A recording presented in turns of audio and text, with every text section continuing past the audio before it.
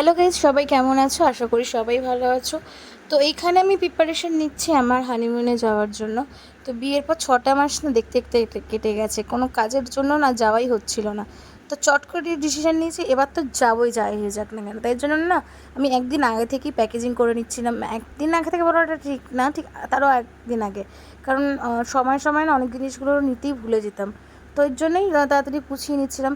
তো যেদিন বেরাবো সেদিন সকালবেলা আমাদের ট্রেন ছিল সকাল 6:55 এরকম সামথিং কোনো একটা টাইমে। তবুও আমাদের অনেকটা লেট হয়ে গেছে বলে আমরা ট্রেনটা পাবো কি না এই সন্দেহ করে করে না বেরিয়ে পড়েছিলাম। তো ও বলছিল যে একটা রিস্ক নেওয়াই যেতেই পারে। তাও তারপর দেখা যাক, সেটা ভেবে ভেবেই আমরা ট্রেনে উঠবো কি না, কী করবো কি না, এই ডিসিশান নিতে নিতেই অনেকটা সময় বেরিয়ে গেছে। তো ও বললো যে চলো হাওড়া অবধি তো যাওয়া যাক। তারপরে মাঝপথে ডিসিশান হলো যে হাওড়া অবধি যাওয়াটা তো এখন গেলেও লস, কারণ ট্রেন তো বেরিয়ে গেছে। ওই জন্য আমরা ধর্মতলায় নেমে গেছিলাম। কারণ আমরা ঠিক করেছিলাম যাই হয়ে যাক না কেন আমরা ঘুরতে যাবই। কোথায় যাচ্ছি, কি কেন যাচ্ছি, কি ব্যাপার, কেন যাচ্ছি তো বলে দিলাম, কোথায় যাচ্ছি সেটা তোমরা পুরো ব্লগটা দেখলে তবেই বুঝতে পারবে। আর এত রোদ না বাইরে, কি বলবো, তোমরা দেখতে থাকো ব্লগটা পুরো, তাহলেই বুঝতে পারবে কত আনন্দ হয়েছিল সেদিন।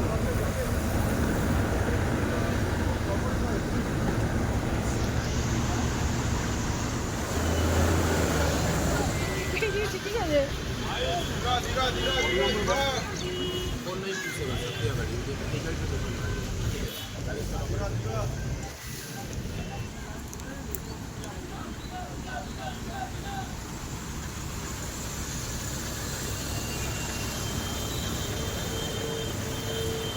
আরে ওটাকে কষ্ট হবে তোমার হাতে ওরম ভাবে।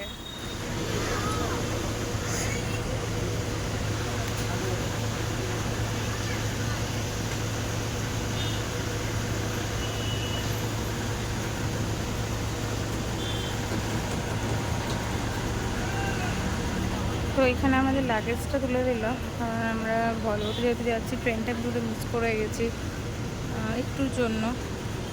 তো আর রিস্ক নিলাম না আমরা এর জন্য।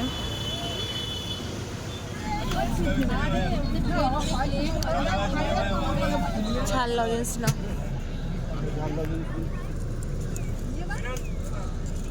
हाँ पेमेंट छोड़ दो। बादाम लॉजेंस कविन चाल भाया जीरे भाया बादाम भाया छोला भाया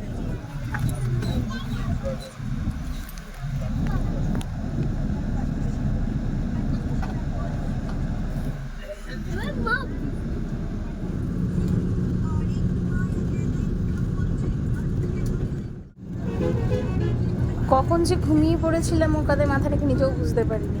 ঘুম থেকে উঠে দেখি মেঝেটাতে এসে একটু গাড়িটা 15 মিনিটের মতো দাঁড়িয়েছিল। ওখানে যাদের যাদের ওয়াশরুম যাওয়া, যাদের যাদের টিফিন করা সব সময় করে নিচ্ছিল। তা এতক্ষণ ধরে যেহেতু বাসে, তাই জন্য আমিও একটু নিজে ফ্রেশ হয়ে নিলাম। তারপরে আবার ওয়েট করছিলাম যে আর কতক্ষণ লাগবে, কারণ খুব এক্সাইটেড আমরা দুজনেই ছিলাম। আর বাসের মধ্যে না একভাবে বসে থাকাটা আমার কাছে খুবই কষ্টকর, কারণ আমি বাস জার্নি একদম করতে পারি না। ও পারে, বাট আমার খুব কষ্ট হয়, কারণ আমার খুব বমিটির ভাব আসে, মাথা টাথা ধরে যায়। তোমাদের কার কার এরকম হয় আমাকে একটু জানিও তো। দেন সকালবেলা যেহেতু কিছু ভারী কিছু খেয়ে বেরোয়নি, তো বিস্কুট নিয়ে নিয়েছিলাম, কারণ এর থেকে ভারী কিছু খাবো না, যা করবো একদম ওখানে গিয়ে খাওয়া দাওয়া করবো। তো একটু খিদেও পাচ্ছিলো বলে একটুখানি সকালবেলা দুজনেই বিস্কুট খেয়ে নিলাম। খেয়ে নেওয়াতেও না কিছুটা একটুখানি ভালো লাগছিলো, কারণ একবারে খালি পেটে থাকলে আমি শিওর ওখানে বমি করতামই। কারণ এই বাসে উঠলেই আমার না প্রচণ্ড প্রবলেম হয়। আর এই দিকে আমি জাগা আর ওর ঘুম হচ্ছে, ঘুম তখন কেন আসছে আমি বুঝতে পারছি না। তাই জন্য ওকে খুশি উঠিয়ে দিলাম যে তুমি, আমি ঘুমোচ্ছি না, তুমি কেন ঘুমাবো। ও দেখে দেখে শুধু হাসে। তো যাই হোক, অনেকটাই পৌঁছে গেছি আমরা। এবার ওকে আমি বারবার এই কথাটাই জিজ্ঞেস করে যাচ্ছিলাম, আর কতক্ষণ লাগবে, আর কতক্ষণ লাগবে। বাসে মোটামুটি সবাই না ঘুমিয়ে পড়েছিল, প্রতিটা মানুষ শুধু ভোরবেলা উঠেছিল। তারপর যাই হোক, আস্তে আস্তে দেখতে দেখতে আমরা পৌঁছেও গেলাম দীঘাতে।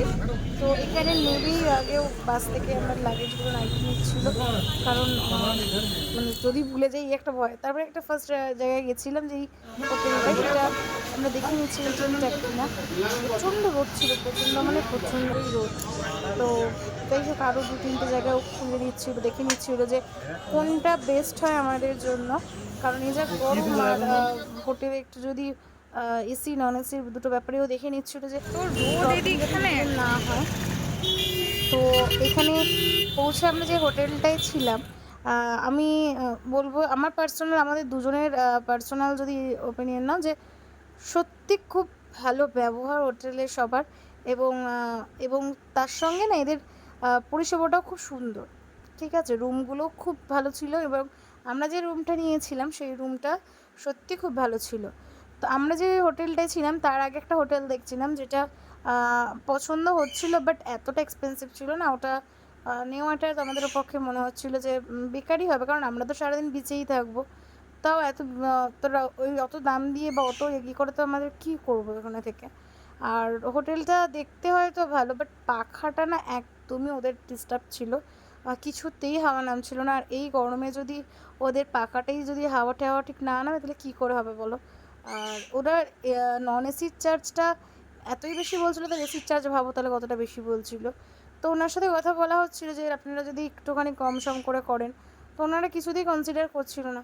তো ওই জন্য আমরা ঠিক করলাম যে না, এত খরচা দিয়ে ভাই হোটেলে থাকে কি করা যাবে, ঘুরতে এসেছি ভাই, মন খুলে আনন্দ করব, খরচা করব, বাট হোটেলে এতটা খরচা করা অনেকটা এক্সপেন্সিভ আমাদের হয়ে যাচ্ছিল। দেন আমরা এসি রুমটাও দেখি। এসি রুমটা মানে সবই ঠিকঠাক ছিল, কিন্তু ওনাদের এত এক্সপেন্সিভ বলছিল না, তোমাদের আগেই বললাম। তো কিছুতেই কমাবে না, যাই হোক দেখিয়ে নিলাম ওদেরকে এসি নন এসি দুটো রুমই। আমার ব্যক্তিগতভাবে অতটাও ভালো লাগেনি, বাট আমরা দুজন যে হোটেলটায় ছিলাম, ওই হোটেলটা আমার কাছে সত্যিই খুব ভালো লেগেছে। আগামী পার্টগুলো দেখার জন্য আমার চ্যানেলটা তোমরা প্লিজ সাবস্ক্রাইব করো।